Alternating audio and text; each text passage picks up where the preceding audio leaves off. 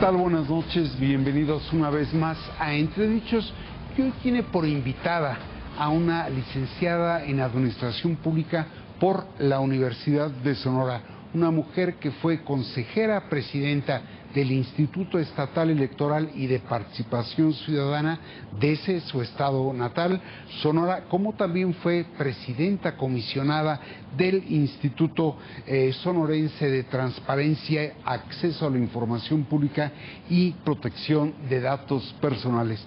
Se trata de la actual presidenta del Instituto Nacional Electoral, Guadalupe Taddei, a quien le doy la más cordial bienvenida. Muchísimas gracias, René. Muchísimas gracias por esta cálida bienvenida a la orden. Por el contrario, pues empecemos por lo más importante. ¿Cómo queda? Están a punto de culminar la parte que les corresponde del proceso de la elección judicial.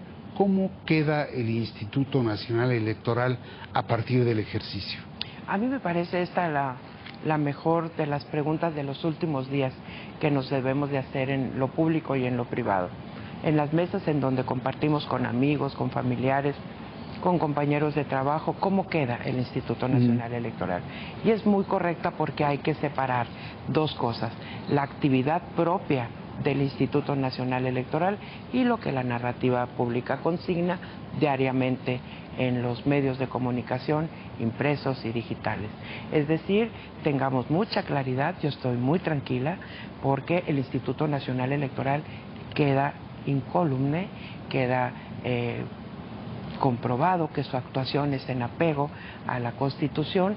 El Instituto tiene como mandato fundamental la organización de las elecciones y el Instituto cumplió, lo hizo a cabalidad, ante un escenario no del todo halagador y de buenos deseos. El Instituto logró remontar estos periodos en los que teníamos impedimento para seguir por parte de bastantes jueces. Luego esta reducción presupuestal, los tiempos tan cortos que tuvimos para la implementación, logra remontar todos esos retos, y creo que el Instituto hoy vuelve a decirle a México: gracias por abrirnos las puertas de sus domicilios, gracias por participar con nosotros como funcionarios de casilla, a nuestros vecinos y vecinas, gracias por ser parte de la estructura que temporalmente se allega el Instituto para cumplir con esta misión.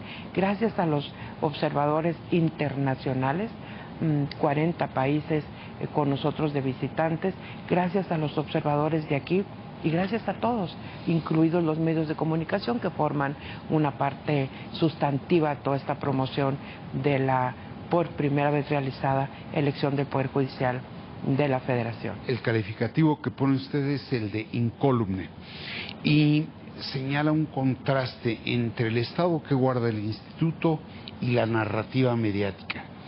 ¿Hay un divorcio entre lo uno y lo otro? No, solamente hay que tener mucha claridad para el análisis y la separación. Por un lado, hay que reconocer que el Instituto Nacional Electoral es capaz de salir adelante con un proyecto de esta naturaleza, de esta envergadura, inédito por primera vez, sin referentes, y que logramos transitar y hacer todo lo correspondiente para que este proceso electoral, en términos logísticos, operativos y organizacionales, la parte técnica del instituto, que es para la que está dotado de atribuciones, salió incólume. Es decir, logramos instalarlas en más de 80.000 queda indemne el instituto frente a lo accidentado que fue el proceso. Y por el otro lado tenemos, René, esta parte de las posturas que ante cualquier proceso se dan en nuestro país. Y entonces quienes estaban a favor de la reforma y luego el proceso, quienes estaban en contra de la reforma y después en el proceso, cada una de las partes juega su papel. El instituto se tiene que abstraer de eso para poder llegar a la conclusión de este proceso. Es decir, sin filias ni fobias, instalando y sabiendo lo que nos toca hacer, tomar los acuerdos necesarios, implementar una reforma por primera vez en la historia. No hay ningún antecedente de esto. De hecho, una de las cosas que nos comentaban nuestros visitantes extranjeros decía, ¿con qué parámetro mediremos esta elección? Con el parámetro técnico que está establecido en los acuerdos, reglamentos, lineamientos, todo lo que nosotros fuimos creando desde el inicio de este proceso. Eso es lo que se mantiene firme. Ya que tocó el tema de los observadores, el 28 de mayo usted recibió a la misión observadora de la Organización de Estados Americanos. Les explicó un poco el ejercicio, pero después usted ya no opinó sobre el informe preliminar de la OEA sobre el proceso. ¿Qué opinión le merece ese informe preliminar? Me parece que siendo un informe preliminar, de entrada habría que empezar por esperar el informe final. Pero creo que las observaciones de la OEA, que tienen que ver con la parte técnica del proceso, establecen lo que siempre ha establecido la OEA. Sí se apegó el desempeño de los funcionarios a lo que tenemos establecido, sí logramos recibir el voto en las casillas, sí fue funcional el modelo, sí contábamos con las boletas, sí teníamos los procedimientos adecuados para atender al número de votantes que llegaran, sí teníamos representación por parte de observadores electorales nacionales, sí teníamos un sistema de cómputo con cual iniciar la contabilidad, cuál era el procedimiento para el traslado de paquetes ya convertidos en votos hacia los centros de cómputo. Creo que en toda esa parte técnica la OEA hace un planteamiento en donde establece cosas como fortalecer el sistema de cómputo, fortalecer el sistema de comunicación. El último apartado, el que fue el que se publicitó mayormente, el de donde no recomienda, pues es un tema de la OEA que hasta donde leemos sus principios que los rigen, pues bueno, es atribución o no atribución de la OEA opinar sobre otros países. Pero en lo que respecta al proceso, creo, René, que fue como siempre lo hacen los visitantes extranjeros. La conclusión contundente es: no recomienda practicar el ejercicio que se llevó a cabo aquí en otros países, pero señala también una muy baja participación. Si quiere, vamos por partes. Acusa una muy baja participación los observadores. ¿Qué responde a eso? Acusa una baja participación, pero también define que el esfuerzo que hizo el Instituto Nacional Electoral por publicitar este proceso es el esfuerzo que tenía que hacer el instituto. El instituto no puede, no obliga, porque además no tenemos sanciones para no votar, pero sí convoca, sí está llamando, sí está educando, enseñando, quiero decir educando sin soberbia, porque estamos dando cursos de capacitación permanentemente en prepas, universidades, organizaciones, sobre qué era este proceso electoral. Eso sí, la OEA deja muy en claro. El instituto hizo su mayor esfuerzo. ¿Qué pasa con nuestro sistema electoral mexicano? Al ser un sistema electoral mexicano de mayoría relativa, pues en dónde está establecido en la Constitución con cuánta participación se tiene que considerar válido o no válido un proceso electoral en nuestro país. Sin embargo, entiendo que se hace alusión a lo legítimo o no. Entre más participación tengamos, por supuesto que es mucho mejor que tengamos participación masiva, pero vamos corriendo con que nosotros estamos promoviendo la participación, pero hay otros sectores, estos que poníamos en el antecedente, que estaban invitando al no voto. Todas las cosas confluyen y entonces esto genera una participación de 13%, es decir, 13 millones de mexicanos sí salimos a votar por primera vez por el Poder Judicial. Ahora, el gobierno, tanto la Cancillería como la propia Presidencia de la República, descalificó ese informe. ¿Comparte usted la descalificación? Yo soy muy respetuosa, René. Creo que hay a quienes les toca este tema de relaciones internacionales. Su política exterior ha sido firme, la de nuestro país. Yo me constriño a la opinión técnica que da la OEA y creo que no es desfavorable, para el Instituto Nacional Electoral. ¿No es desfavorable? No es desfavorable. Para el prestigio que tenía el instituto, a mí me parece que sí, cuando señala baja participación, habla de inducción y coacción del voto.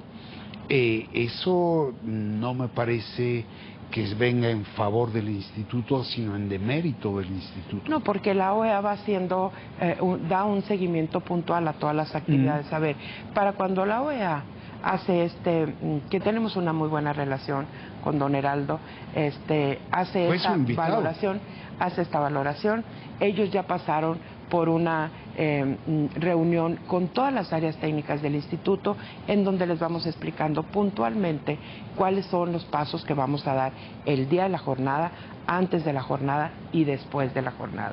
Y clarito saben todas las misiones que nos visitan que la participación ciudadana no está en las manos del instituto. Lo que sí está en las manos del instituto es la promoción de la participación ciudadana. Y en eso hicimos nuestros mejores esfuerzos. Te comento, por ejemplo, René, que por primera ocasión el instituto tuvo 25 millones y un poquito más de visitas a nuestra página de Conóceles, Practica tu Voto y Ubica tu Casilla.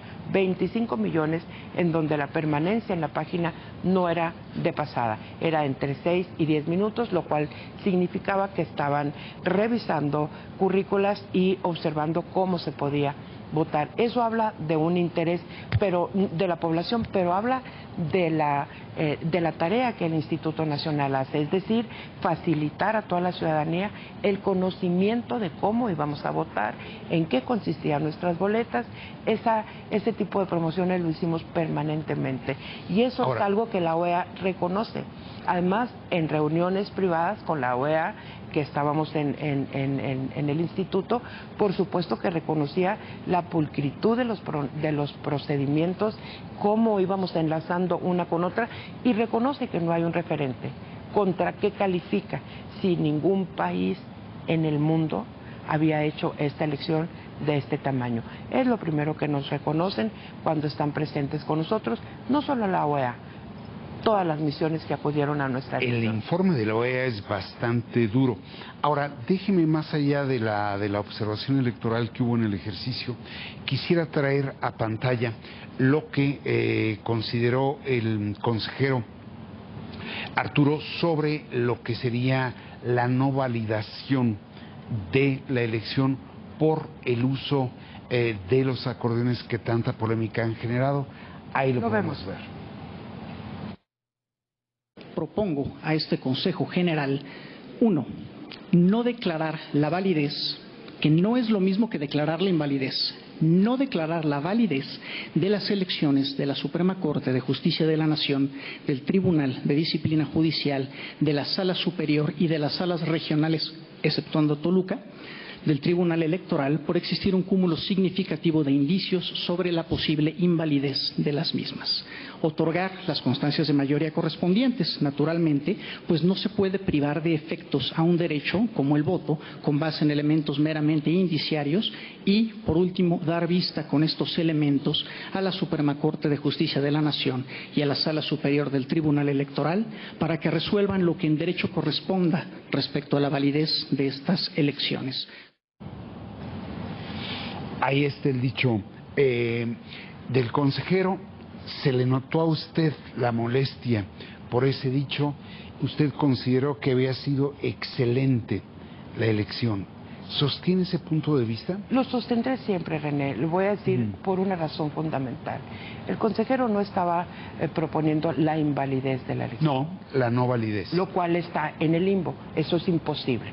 Jurídicamente no se puede hacer. Me parece que es un juego de palabras no adecuado. Es decir, por un lado aviso que quiero invalidar y por otro reconozco que solo tengo indicios y que no puedo llegar a la invalidez. Me parece un exceso. Me parece que es una postura pues que no se sostiene jurídicamente, por lo tanto no lo puedes acompañar. Y no es molestia. Teníamos una semana deliberando sobre todo esto. A ver, que el Instituto Nacional salga y diga efectivamente las irregularidades vistas, aunque solo sean consideradas indicios, tenemos que denunciarlas.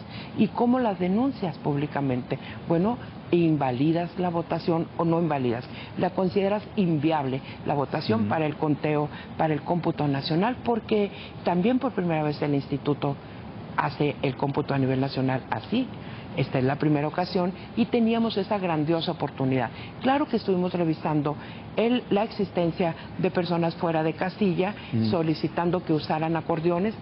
Hay un sistema que da seguimiento a la jornada electoral y ahí fueron reportándose todas estas incidencias, pero también vemos que además siempre suceden en todos los procesos, además vemos cómo el funcionariado actúa en consecuencia, sale, le explica que no puede estar ahí, que se retire y continúa la votación en la casilla. Cuando esto no sucede, la casilla cierra la votación por el periodo que requiera para que estas personas se retiren. Vimos al momento ya del cómputo, no antes, la existencia de las boletas sin doblez, de medio doblez, de caligrafías parecidas, y aunque sabíamos que no teníamos un dictamen sobre la caligrafía, de todos modos utilizamos ese criterio para decir esta casilla no es viable de sumarse al cómputo nacional. Es decir, todo eso lo pusimos sobre la mesa. Si había más en esa circunstancia, no se puso. Entonces, no entiendo por qué, y no lo entiendo ni lo voy a entender, René, porque es una enorme responsabilidad este juego de palabras de la invalido pero le doy constancia. Me parece que son actos jurídicos consecutivos que tienen que tener una situación de acuerdo en el Consejo o desacuerdo total. No puedes estar en medio de la invalidez o de la validez del proceso electoral. Entonces sí creo que reconocimos en el instituto, todos los consejeros por primera vez, los 11 consejeros por unanimidad, aprobamos el cómputo nacional. Es decir, aprobamos las 818 casillas que no fueron viables de ser sumadas al cómputo nacional y coincidimos en que el resto de las casillas guardaba la integridad correcta y suficiente. El problema está en los acordeones, que para todos fue evidente el uso de los acordeones que deslegitimaron la elección. ¿Qué piensa de los acordeones? Yo creo que los acordeones es como esto que nos pasó en el proceso electoral anterior, René. El hecho de que existieran las pre-campañas, que ya hasta las podíamos cantar, pre-campañas, y que el instituto tomó medidas sobre eso y entonces generamos aquellos lineamientos que después nos validó el tribunal, la Sala Superior del Tribunal. Hoy también hicimos lo propio. El instituto hizo un llamado a servidores, autoridades, organismos, candidaturas mismas, hizo un llamado a que no se generaran ni se distribuyeran los acordeones durante el periodo de veda. Y asumimos que en el otro momento era propaganda propia, propaganda electoral. Sin embargo, no entra al fondo en ese acuerdo el instituto porque no deliberamos sobre el origen de los mismos. Entendemos que esta es una responsabilidad de la Fiscalía Especializada en Delitos Electorales y de la Sala Superior. Ha sido omisa la Fiscalía, ¿no? Yo espero que todas las denuncias que se han puesto, que son más de 85 en todo el estado, en todo el país, funcionen y fructifiquen y demos una sanción ejemplar a quienes cometen cualquier delito, que el objetivo, René, de esta deliberación en donde nos lleva a no incluir en la sumatoria del cómputo estas casillas es justamente ese mensaje. Aquellos en el estado que sea que inclinen sus acciones sobre una acción ilícita, tienen un mensaje del instituto: no cuentan esos votos. Es decir, hagas lo que hagas, esos votos no estamos contabilizando. ¿Hace usted un llamado a la Fiscalía? A la Fiscalía, por supuesto. ¿Qué llamado? A que actúe de manera pronta, expedita, que haga la conformación del expediente correcto. Nosotros en la mejor voluntad de colaborar con la Fiscalía y también con la Sala Superior para que determine todo dentro de sus atribuciones. Destinado a que el instituto pagara los platos rotos por el Poder Ejecutivo y el Poder Legislativo. ¿Así lo ve usted? No, había una vamos a llamarle alegóricamente, había una apuesta de que este proceso no podía llevarse a la práctica, o sea, que el tema operativo de esta reforma era difícil de concretarse. Y es mucho de cierta esta preocupación que existía en la sociedad, en los diferentes medios o grupos de opinión. Era válida, René, porque era la primera vez que lo implementábamos, con un recorte presupuestal de la magnitud que tuvo el instituto y con un tiempo muy limitado para hacerlo. Déjeme interrumpirla ahí. Quisiera ir a un corte para no interrumpirla más adelante, para comenzar a hablar de esos factores que de algún modo pusieron contra la pared al instituto. Gracias. Vamos a un corte y regresamos.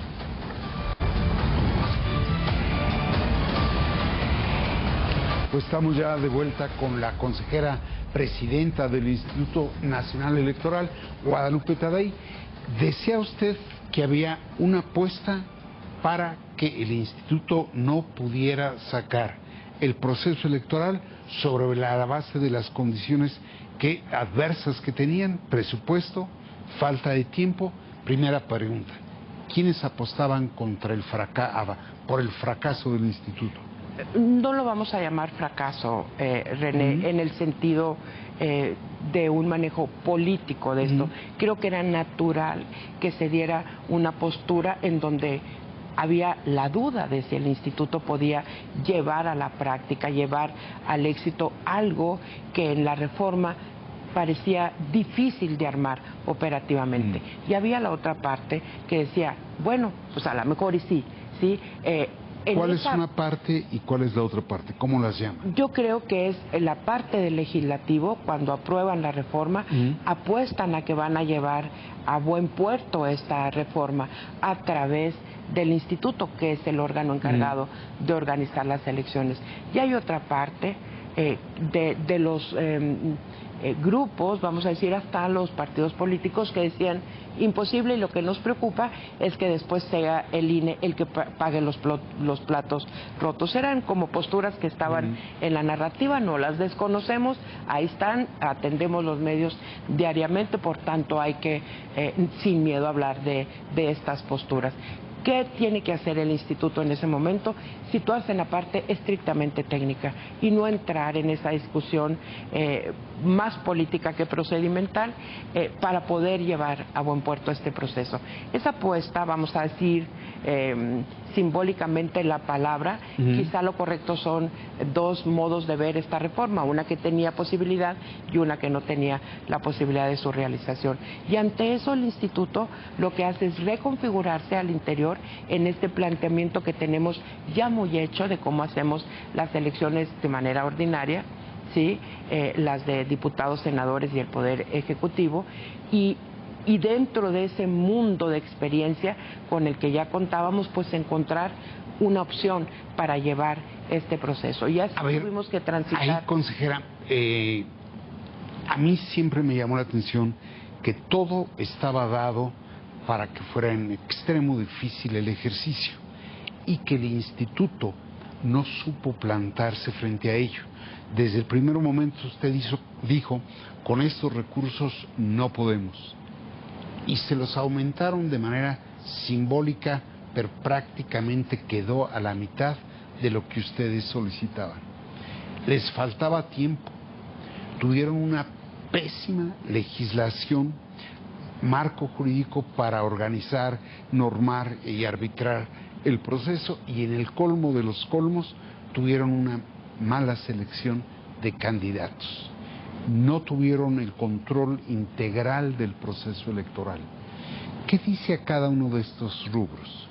En la selección de candidatos, cuando se lanza la convocatoria, sabíamos nosotros que la ley marcaba que eran 3 comités de evaluación los que iban a estar trabajando. Hicimos contacto con ellos para poner a su disposición la experiencia que el instituto tiene en las áreas altamente calificadas, como la Dirección de Prerrogativas y Partidos Políticos, que es la encargada de todo este mecanismo. Pues eso lo pusimos a disposición, pero inevitablemente tenía que pasar por el criterio y la valoración de estos comités. Sabemos que el del Poder Judicial declina en su actuación y se suma a la del Poder Legislativo, ¿no? Legislativo.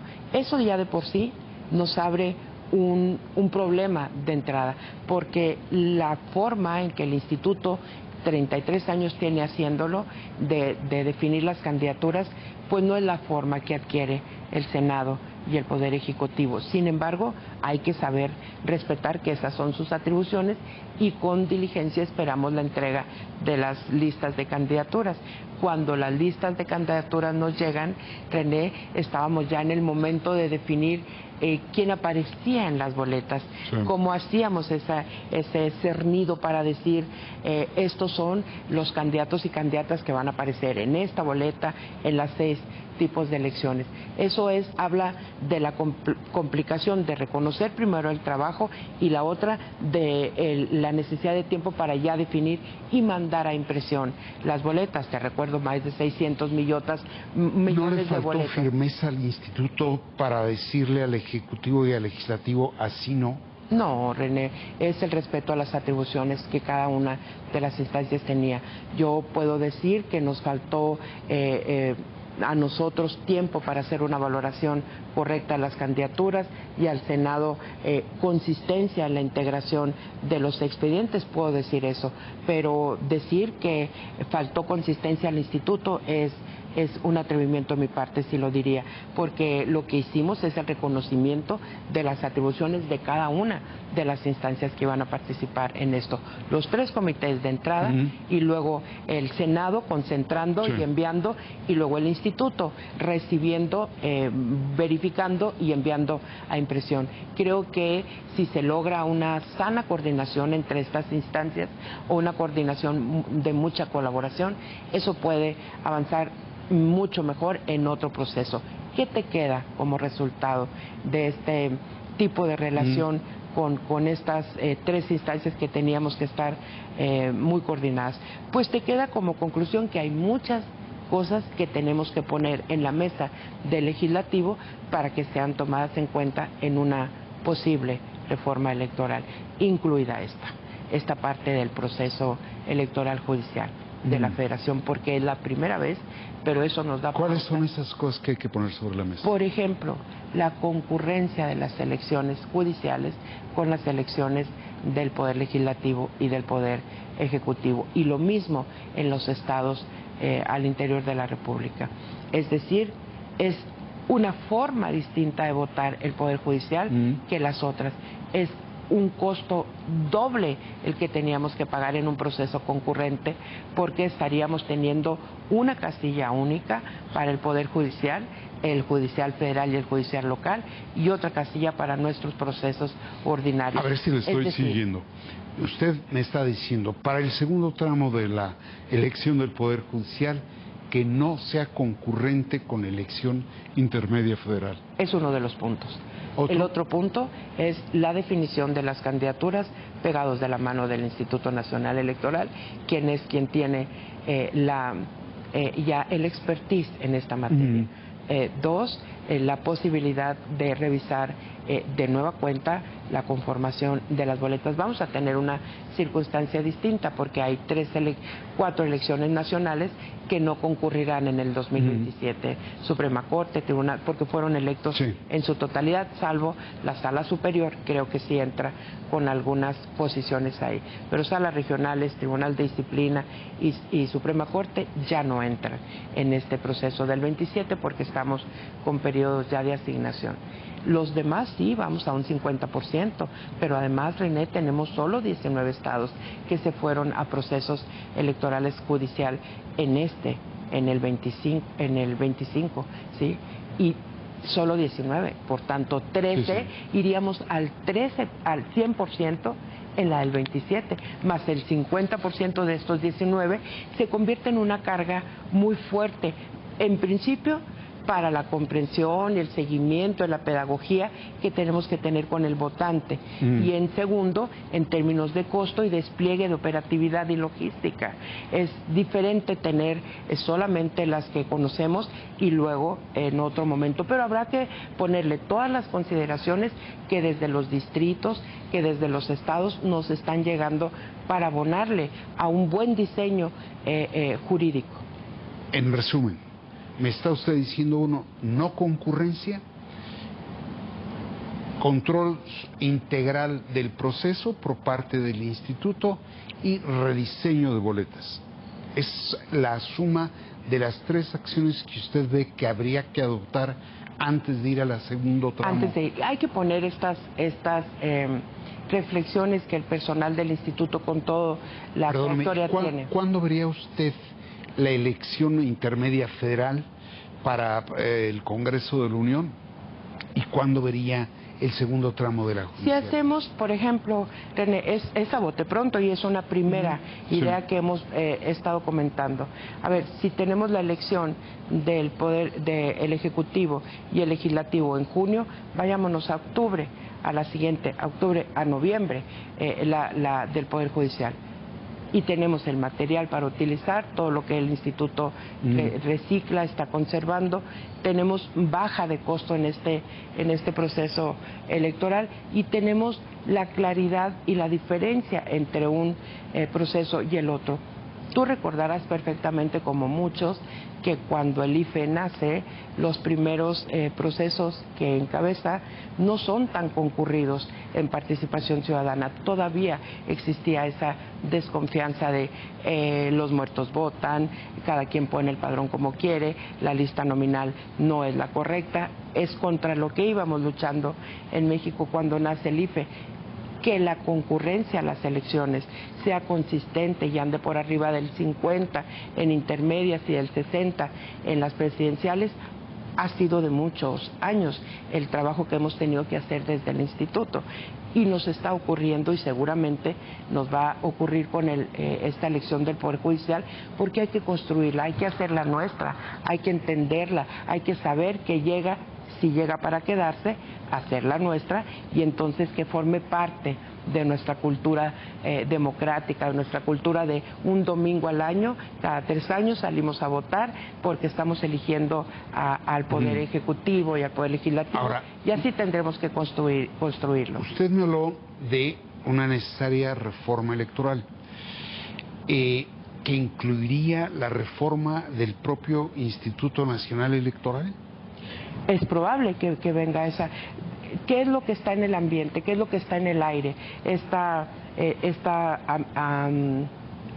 opción de reforma electoral que está todavía en análisis en el legislativo, en la Cámara de Diputados, y que contempla, entre otras, una reestructura del instituto y una desaparición de tribunales electorales locales y de los organismos públicos locales. Una parte central de esa reforma que está ahí durmiendo el sueño de los justos es la elección de los propios consejeros. También está considerado eso. ¿Usted se inclina porque los consejeros electorales sean también electos?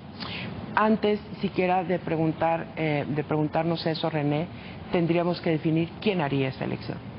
El instituto, otro organismo, porque el instituto es el encargado de hacer los procesos electorales, pero no puedes estar haciendo el proceso electoral y vamos a decir que existiera esta posibilidad de que los que están de consejeros o que estamos de consejeros pudieran ser incluidos en esta votación, como sucede con el Poder Judicial. Sería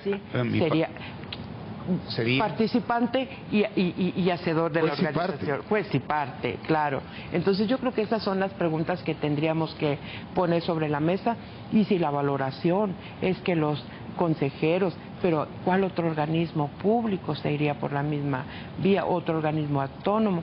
Todas esas interrogantes o dilemas tendríamos que ir contestándonos antes de entrarle a ese análisis, específicamente esa parte. La desaparición de los soples es el otro gran tema de los organismos públicos locales.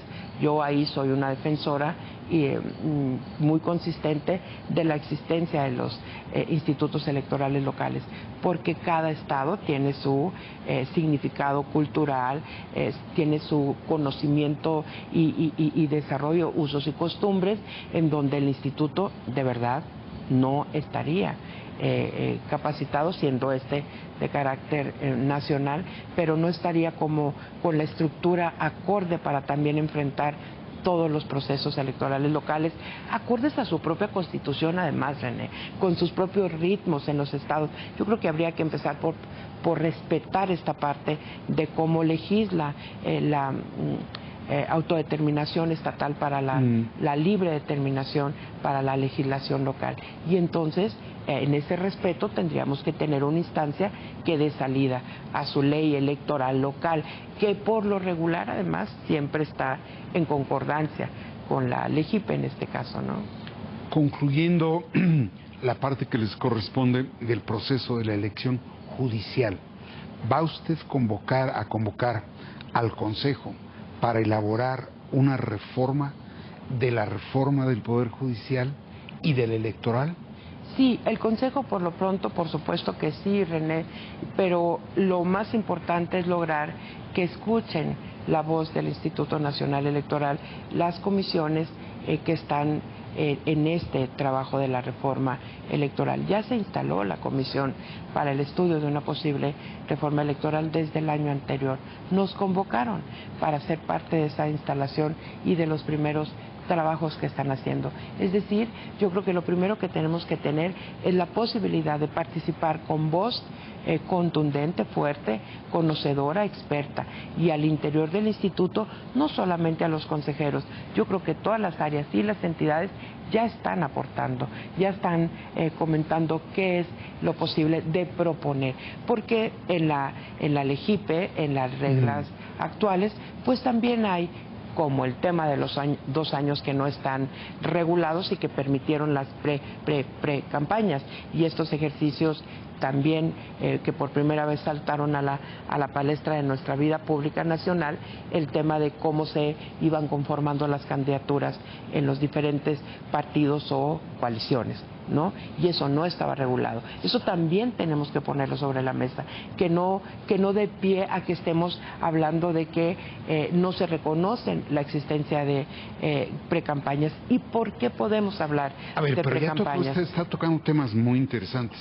Yo tengo la impresión de que con motivo de las anteprecampañas y con motivo de los acordeones, los partidos no están atendiendo a la autoridad electoral que representa el instituto. ¿Coincide usted con esto? No, a ver, la aseveración es que los partidos no están atendiendo a la autoridad electoral que es el instituto, y el instituto se ve rebasado. No, René, no lo veo en esa magnitud. Yo lo que veo es que los partidos aprovecharon las lagunas jurídicas para reinventarse en esta dinámica que ellos tienen de estar promoviéndose, de estar teniendo actividades propias de un partido político. No sería nada extraño que un partido político hiciera eventos para llevar a cabo la búsqueda de sus candidaturas. Lo que pasa es que nosotros no los tenemos regulados durante 2 años antes del periodo electoral, pero que sí tenemos regulado cuando ya inicia el proceso electoral, y eso nos permite a nosotros identificar actos anticipados de campaña, aun cuando no estemos en campaña. Pero fíjese, los exhortos que hicieron en aquel entonces, en la anteprecampaña, y los exhortos que hicieron ahora para que no se hiciera del acordeón un instrumento de inducción y coacción del voto, no fueron atendidos. No fueron atendidos por quién, ¿no? En aquel momento nosotros nos referíamos a los partidos políticos porque es los que titulan las campañas electorales. En este momento nos referimos a posibles organizaciones, posibles servidores de la nación, posibles autoridades locales, autoridades federales, servidores públicos que puedan estar haciendo y distribuyendo pero no teníamos claro a quién nos estábamos dirigiendo, porque ¿Hoy tienen claro? Hoy tenemos claro que en el área de fiscalización que preside la consejera Humphrey, por cierto, está haciéndose todo un trabajo de investigación y estaremos dando nota de ello en los días venideros, porque tampoco puedes señalar, una autoridad está obligada a señalar con los hechos fehacientes, que era lo que nosotros decíamos en aquel momento de las corcholatas, los candidatos, sí, las coaliciones, todo esto. Y fuimos documentando. Y estábamos hablando de qué pondríamos en la mesa de la posible reforma electoral. Todos estos temas, sin duda los tenemos que poner. La consistencia de la reforma en materia judicial al momento de llevarla a la práctica, esa es una gran qué curioso. postura. Veníamos en un ritmo de progreso de la transición democrática y de pronto pareciera ser que estamos en un retroceso. De la transición democrática. Ahí existen también varias posiciones. René, una que habla de retroceso y otra que habla de la bonanza, de poner a consideración de la población cualquier tipo de políticas públicas, incluso a través de las consultas o de los mecanismos de participación democrática directa, como la consulta presupuestal, el presupuesto participativo, o bien este tipo de reformas que llevan a una nueva ala del sistema electoral mexicano, que es el proceso electoral del Poder Judicial antes no existente. Entonces tenemos como que esas dos. ¿Es retroceso? Pues hay una postura. ¿Es avance? Hay otra postura. ¿Cuál es su postura? La mía es que no podemos dejar tener en nuestra ley electoral los elementos más básicos.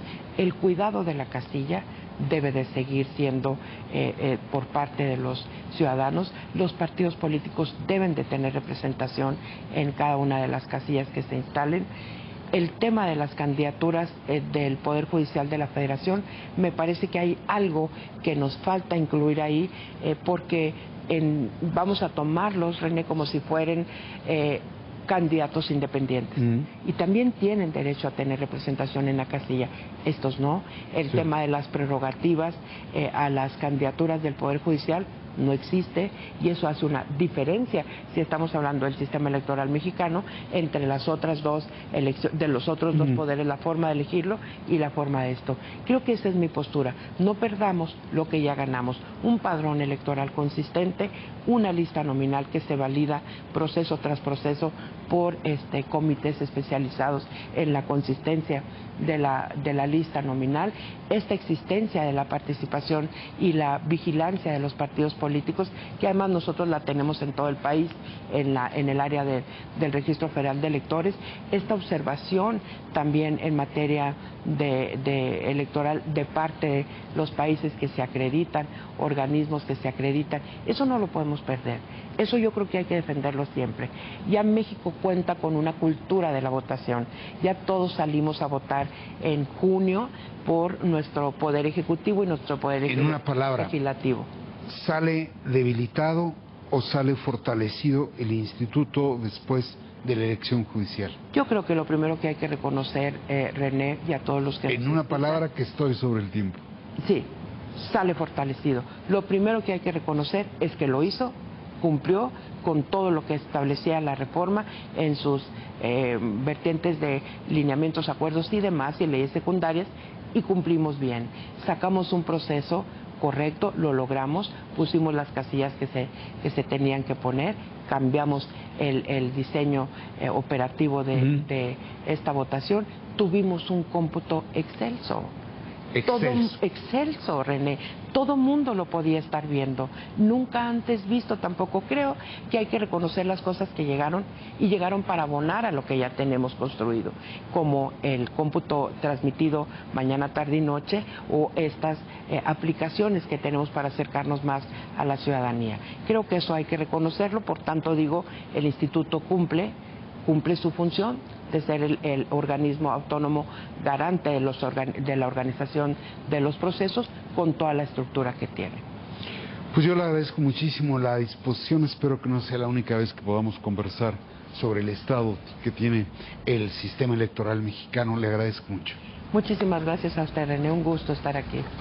Como desde luego le agradezco a los seguidores de El Financiero Televisión el hecho de acompañarnos aquí en Entredichos. Muchas gracias.